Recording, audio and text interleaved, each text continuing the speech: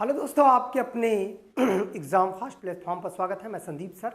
आज हम लोग बात करते हैं आपका मेंस राइटिंग स्किल, जो कि एक बेहतर मेंस में अंक पाने के लिए और आपके ऑफिसर बनने के लिए काफ़ी सहयोग देने वाला है ये वीडियो। तो चलिए हम लोग बात करते हैं, आज की सेशन की शुरुआत करते हैं। यहाँ पे वनडे के भी एग्ज़ाम में आप फैक्ट जो खोज रहे हैं वो भी इसमें मिल जाते हैं, लेकिन मेंस राइटिंग किस तरह से होनी चाहिए, कितना बेहतर होनी चाहिए, ये सब आपको ऐसे ही प्रैक्टिस में करके ही जो है धीरे धीरे इस क्वेश्चन को लिखेंगे, एक बार वीडियो देखेंगे, फिर से इसको आंसर कर लेंगे तो आदत बन जाएगी एक बेहतर आंसर लिखने की। अब आते हैं, जलियांवाला बाग हत्याकांड के कारण लिखना है, घटनाक्रम लिखना है और भारतीय राष्ट्रीय आंदोलन पर उसके प्रभाव की चर्चा कीजिए। ये 250 शब्दों में था।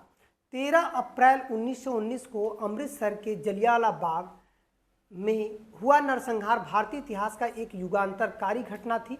इसने ब्रिटिश शासन की क्रूरता को विश्व के सामने उजागर किया और भारतीय स्वतंत्रता संग्राम को एक नई ऊर्जा प्रदान की। हत्याकांड का मुख्य कारण क्या था? यहाँ पर रोलैक्ट एक्ट का विरोध। सबसे पहले रोलैक्ट एक्ट के विरोध में प्रथम विश्व युद्ध के बाद आए कुछ दमनकारी कानून ने सरकार को बिना मुकदमे किसी व्यक्ति को जेल भेजने की शक्ति दी गई थी, जिसे भारतीयों ने काला कानून कहा और इसे ना दलील, ना वकील, ना अपील वाला भी कानून कहा गया। इसका मतलब है ये ऐसा कानून था जो बिना कारण का किसी व्यक्ति को 3 वर्ष के लिए जेल में डाला जा सकता है, और ये लोग उस समय लगाते थे कि जो क्रांतिकारी गतिविधियों को बढ़ाएगा उस पर रोलैक्ट एक्ट के तहत कानून लगा करके उसे जेल भेज दिया जाएगा, वो भी 3 वर्ष तक। ठीक है। नेताओं की गिरफ्तारी। अमृतसर के 2 लोकप्रिय नेता सैफुद्दीन किचलू और सत्यपाल, डॉक्टर सत्यपाल, ये दोनों जो है लोकप्रिय नेता गिरफ्तार होते हैं। गिरफ्तारी निर्वासन से जनता में भारी आक्रोश होता है और जगह जगह सरकारी संपत्तियों को नुकसान भी पहुंचाया जाता है, जिसकी वजह से गांधी जी भी वहां पे जाने की कोशिश करते हैं पंजाब में, और पल्लवन से गिरफ्तार करके वो मुंबई ला दिए जाते हैं। अब बात करते हैं कि इसके अलावा भी वहाँ पे जो है लगातार जो है सरकार के खिलाफ इस तरह की अप्रिय घटनाएं होती गई। अंत में जनरल और डायर को जो है क्या करना पड़ा, मार्शल लॉ लागू करना पड़ा, एक प्रकार की इमरजेंसी होती है।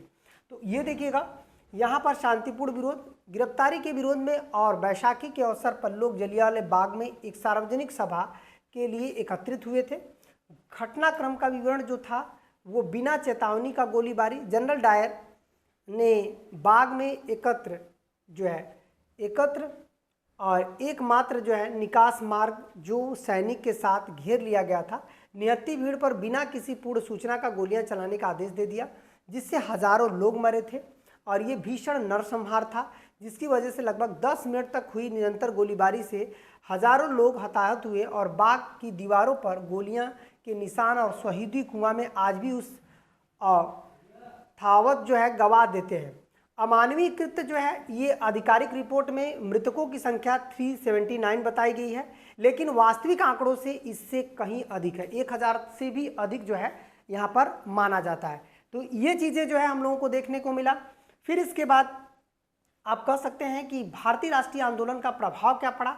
इससे असहयोग आंदोलन शुरू हुआ। इस घटना में दुखी होकर महात्मा गांधी ब्रिटिश न्याय प्रणाली के विश्वास खो दिया और 1920 में असहयोग आंदोलन की नींव रख दी।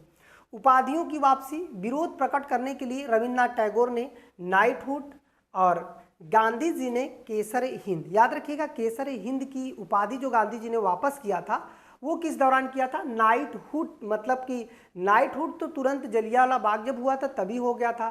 शंकर नायर ने कार्यकारी परिषद से इस्तीफा दे दिया था, और यहाँ पर जो है जो केसर हिंद था उसमें असहयोग आंदोलन के दौरान ये केसर हिंद की उपाधि वापस हुई थी। ठीक है। अब आते हैं कि राष्ट्रवाद का विस्तार। इस घटना में ने नरमपंथियों और गर्मपंथियों को एक साथ ला दिया और आंदोलन को शहरों से निकलना गांव तक पहुंच गया। इसका मतलब अब आंदोलन केवल शहर में ही नहीं रह गया बल्कि गांव तक पहुंच गया।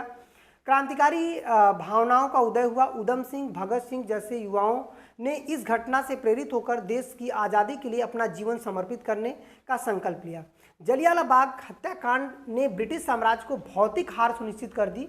इसने भारतीयों के मन में पूर्ण स्वराज की भावना को जो है प्रबल किया और स्वतंत्रता की लड़ाई का एक कह सकते हैं संदेश, जिसको हम लोग कहते हैं निर्णायक मोड़ तक पहुंचा दिया और एक संदेश लोगों तक भेज दिया। यह घटना काफ़ी प्रेरणादायक थी, जिसकी वजह से आगे हम लोग बहुत सारे आंदोलन जो है सक्रिय रूप से करते गए। तो इस तरह से आज का ये जो मेंस राइटिंग है वो एक बेहतर तरीके से हम लोग समझ चुके हैं कैसे लिखना है। ठीक है, तो चलिए इसको हम लोग फिर मिलते हैं नेक्स्ट वीडियो में। धन्यवाद।